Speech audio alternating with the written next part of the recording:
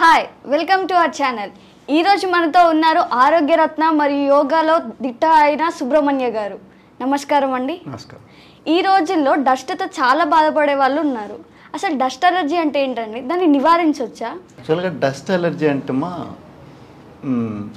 ముక్కులో తుమ్ములు రావడం, తుమ్ములు వస్తుంటాయి. ఏదైనా దుమ్ము కనుక రేగిందంటే ఆ దుమ్ము లోపలికి పోయిందంటే వెంటనే తుమ్ములు వచ్చేస్తుంటాయి.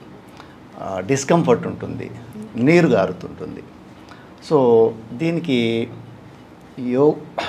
దీనికి మెయిన్ కారణం ఏంటంటే లోపల వాతావరణంలో కలిగే మార్పు కావచ్చు.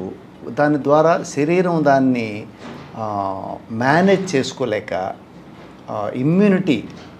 ఇమ్యూనిటీ లేక సో ఈ డస్ట్ అలర్జీ అనేది స్టార్ట్ అవుతుంది.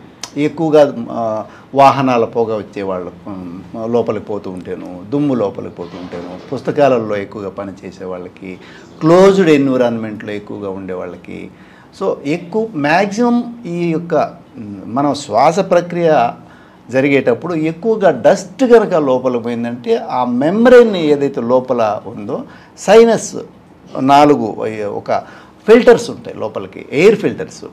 సో ఆ ఫిల్టర్స్లో ఈ దుమ్ము నిలబడిన తర్వాత ఆటోమేటిక్గా మన సిస్టమ్ ఏం చేస్తుందంటే లోపలికి ఏదైనా ఒకటి ప్రవేశిస్తే దాన్ని బయటికి పంపించడానికి ప్రయత్నం చేస్తుంటుంది. That is the mechanism of the body.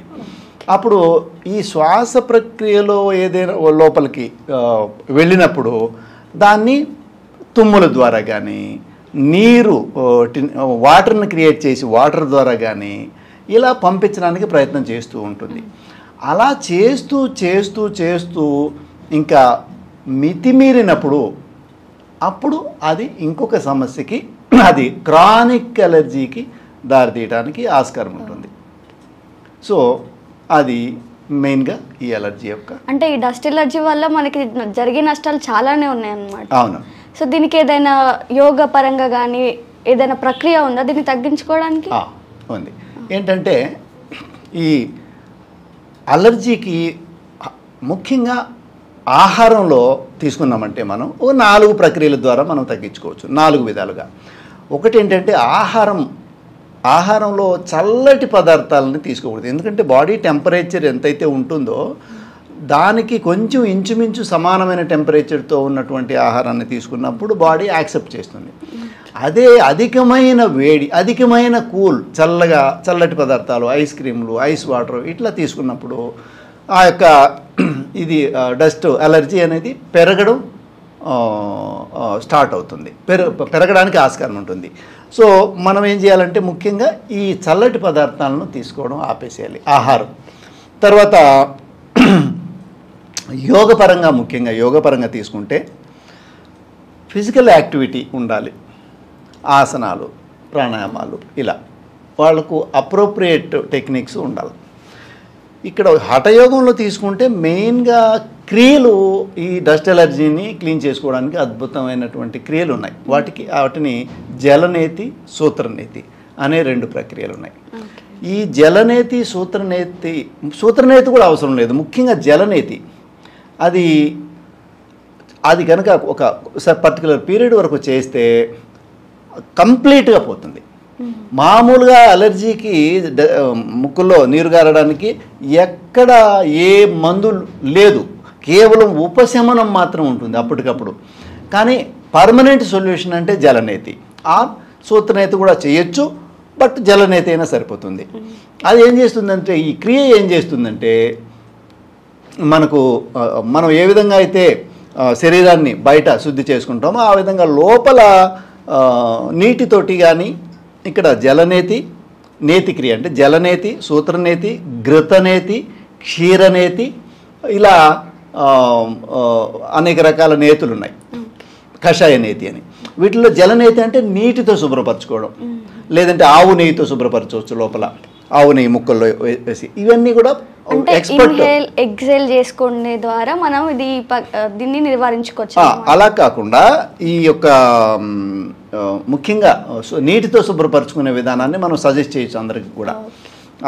తర్వాత అవసరాన్ని బట్టి ఎవరికి ఏదేది అవసరం ఉందో వాటిని మనం సజెస్ట్ చేయొచ్చు. ఉదాహరణకి అవసరం అనుకుంటే ఆవు నెయ్యితో చేయించవచ్చు, లేదంటే ఈ కషాయంతో చేయించవచ్చు, త్రిఫలా వాటర్తో చేయించవచ్చు, లేదంటే ఈ యొక్క బాగా వడగట్టి నీట్గా తయారు చేసి ప్రాసెస్ చేసి తర్వాత ఇట్లా చేయొచ్చు. ముఖ్యంగా జలనేతి ఏం చేయాలి, ఎట్లా చేస్తామంటే ఒక పాట్ ఉంటుంది, నేతి పాట్ అని ఒకటి దొరుకుతుంది, ఆన్లైన్లో కూడా దొరుకుతుంది. దాటి ఇట్లా కొమ్ము చెమ్ములాగా ఉంటుంది, నీళ్లు పోసి ఒక కొమ్ములాగా వస్తుంది. ఆ కొమ్ముని మన ఒక నాస్ట్రల్లో పెట్టి ఒక 45 degrees ముందుకు వంగి ఒక 45 degrees కనుక ఇట్లా తిప్పితే ఈ చేతితోటి ఇలా పట్టుకుంటే ఈ ముక్కులో నుంచి నీళ్లు పోయి ఈ ముక్కులో నుంచి బయటకు వచ్చేస్తాయి. అంటే అంతా కూడా ఇక్కడ ఉన్న డస్ట్ అంతా కూడా క్లియర్ అయిపోతుంది. అదేవిధంగా ఈ ముక్కులో కూడా చేయాలి. ఇలా 2 ముక్కుల్లో చేసుకున్న తర్వాత కొన్ని బ్రీతింగ్ ప్రాక్టీసెస్ చేయాలి. లోపల నీళ్లు నిలబడకుండా, లోపల ఒకవేళ ఇలా చేసి వదిలేస్తే లోపల కనుక నీళ్లు నిలబడితే అది ఇంకొక ప్రాబ్లంకి తలనొప్పి రావడము, తుమ్ములు రావడం, జలుబు చేయడము, ఇలాంటి సైడ్ ఎఫెక్ట్స్ కూడా ఉంటాయి.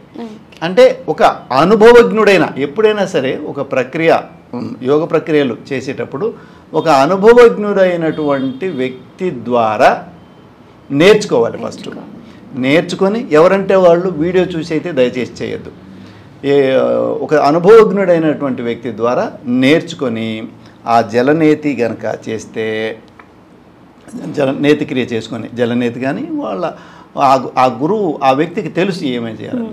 సో ఈ జలనేతి అయినా సరే చేసుకుని దానికి సంబంధించినటువంటి ఈ యొక్క డ్రైయింగ్ ప్రాసెస్లో కొన్ని ప్రాణాయామాలు ఉన్నాయి. అంటే భస్త్రికా ప్రాణాయామం అని, అవి వ్యక్తిని బట్టి మనం నిర్ణయించాలి. ఇప్పుడు వీడియోలో మనం ఈ ప్రాణాయామాలనే చేయాలని చెప్పకూడదు. ఎందుకంటే ప్రాణాయామ యుక్తేన సర్వరోగ క్షయే భవేత్, అయుక్తేన సర్వరోగ సముద్భవ.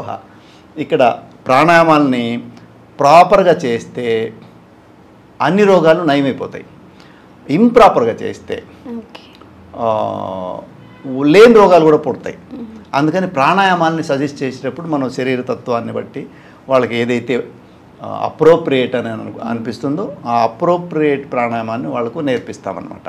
సో ఆ తర్వాత కొన్ని బ్రీతింగ్స్ ఎక్సర్సైజ్ చేసుకొని తర్వాత కొన్ని ప్రాణాయామాలు చేసుకుంటే తగిన ప్రాణాయామం అప్రోప్రియేట్ ప్రాణాయామం కనుక చేసుకుంటే ఈ యొక్క ప్రాబ్లం మన అలర్జీ ప్రాబ్లం నుంచి కంప్లీట్గా బయటపడవచ్చు. అంటే పూర్తి ఉపశమనం అన్నమాట. పూర్తి ఉపశమనం కాదు, కంప్లీట్గా పోతుంది, ఇంక మళ్ళీ రాదు.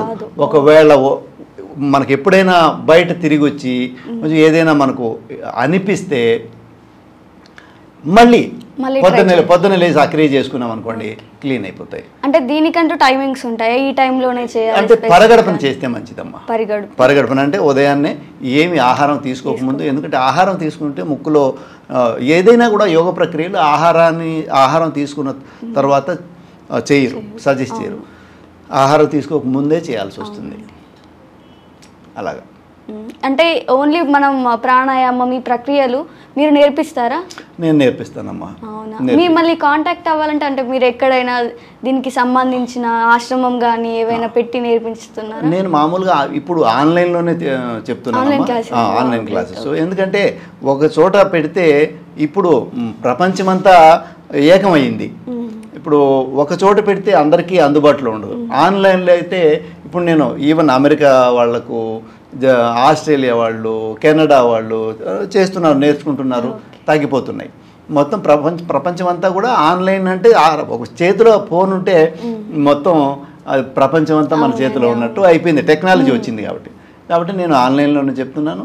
ఈ అలర్జీకి కంప్లీట్ క్యూర్ అనేది ఉంది, క్యూర్ అయిపోతున్నాయి. జనాలకి చాలామంది క్యూర్ చేసుకున్నారు, నా ద్వారా నేర్చుకుంటారు.